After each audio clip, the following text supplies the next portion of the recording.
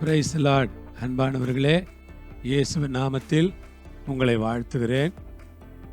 இந்த அருமையான நாளுக்காக நேரத்துக்காக ஸ்தோத்திரம்.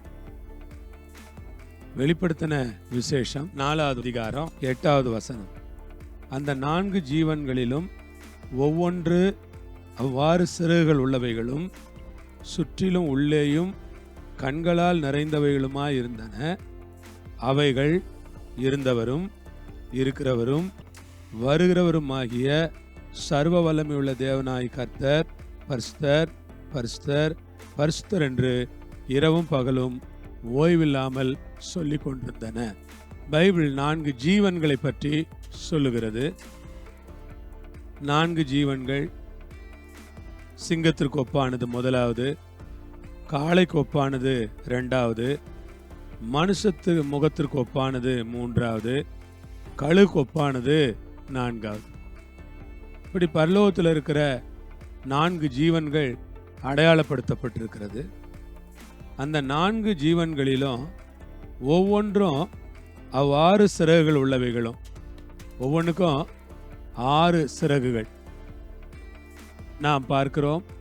பூமியில் பறக்கிற எல்லா பறவைகளும் 2 சிறகுகளோடு பறக்கிறது. ஆனால் பரலோகத்தில் இருக்கிற தூதர்கள், கேருபீன்கள், சேராபீன்கள், இந்த ஜீவன்கள் எல்லாருக்குமே பார்த்தோமானால் 6 சிறகுகள், 6 சிறகுகள் உள்ளவைகளாக இருக்கிறது.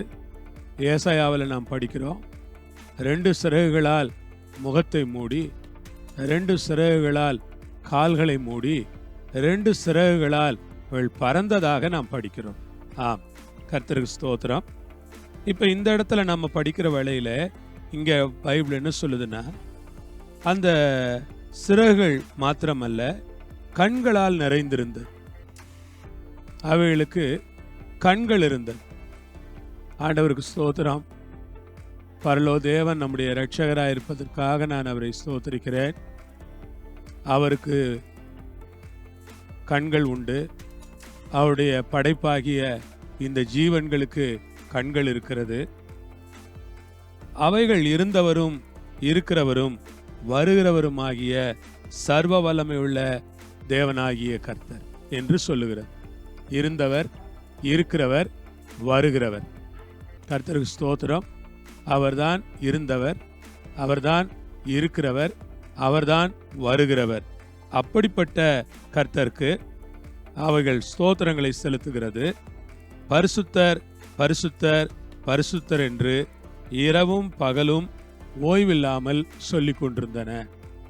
பரிசுத்தர் பரிசுத்தர் பரிசுத்தர் என்று இரவும் பகலும் ஓய்வில்லாமல் சொல்லிக் கொண்டிருந்தன. ஆண்டவருக்கு ஸ்தோத்திரம். ஆகவே இந்த காலையில் நான் சொல்லுகிறேன், உங்களுக்கு நேரம் கிடைக்கும் போதெல்லாம் இந்த பரிசுத்த தேவனை துதியுங்கள். கர்த்தர் பரிசுத்தர், கர்த்தர் பரிசுத்தர், கர்த்தர் பரிசுத்தர் என்று சொல்லுங்கள். ஆண்டவர் ரொம்ப பரிசுத்தமுள்ளவராய் இருக்கிறார். அவருடைய பரிசுத்தம் ரொம்ப ரொம்ப விசேஷமாக இருக்கிறது. அந்த பரிசுத்தமுள்ள கர்த்தரை நீங்கள் சொல்லிக்கொண்டே இருங்க.